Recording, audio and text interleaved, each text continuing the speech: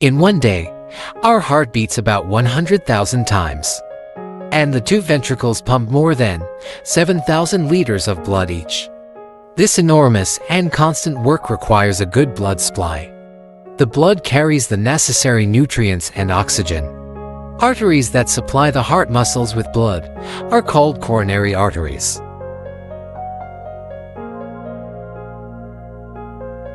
The formation of fatty deposits on the wall of an artery can lead to the formation of solid calcium layers. This narrows the artery and makes the wall more susceptible to injury. The heart muscle's ability to pump blood to the region supplied by the narrowed artery is reduced.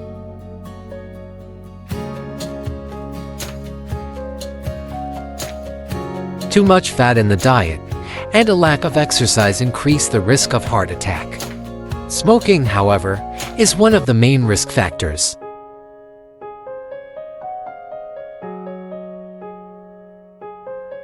The risk of developing a blood clot in a narrowed artery section is extremely high. Small cracks can appear in the calcified artery wall, activating coagulation process.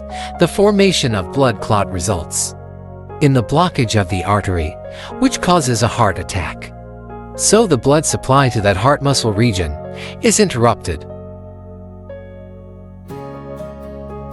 If the blockage lasts for more than 6 hours, the heart muscle tissue of the affected area dies completely.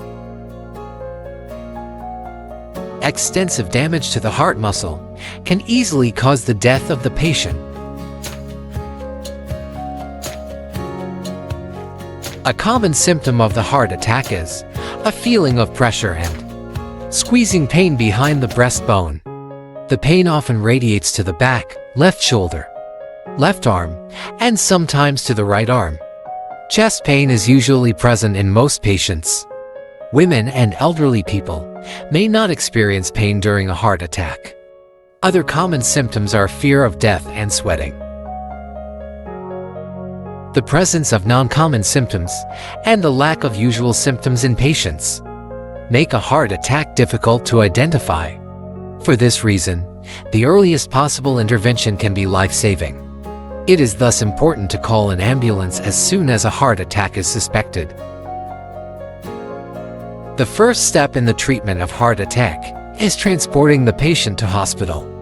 Meanwhile, clot-busting aspirin is administered. Oxygen delivery is performed to enhance the oxygen levels in the blood, thereby improving the supply of oxygen to the heart muscle.